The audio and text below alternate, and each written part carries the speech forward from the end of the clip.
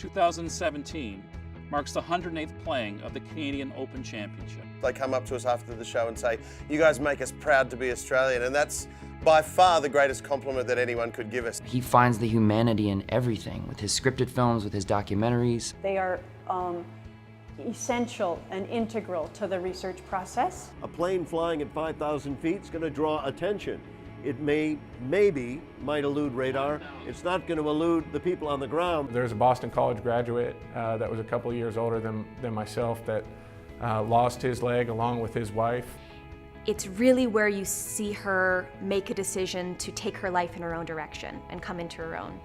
And our job is to tell the pharmaceutical industry that they cannot continue to rip off the people of the United States.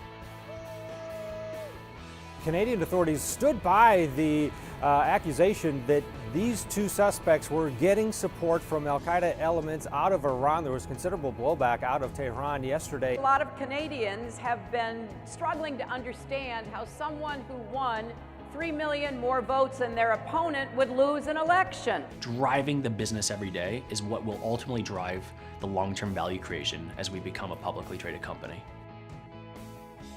We were ambushed, we were shot, and I mean, with the how much blood loss there was, that either they were bleeding out or they were dead. He is wandering around the house and you hear him playing the guitar and you hear him strumming notes, and then you suddenly begin to pick up what becomes Tears in Heaven. There's things that speak to me, and there's many different reasons for choosing films or choosing stage productions, and sometimes it's because the role is extraordinary, sometimes it's because of the director, sometimes it's the script.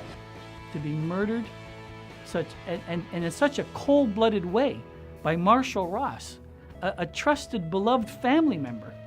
Another exclusive interview one-on-one with a lady who's full of love. She's beautiful and sexy. Megan Fox. Roll the tape.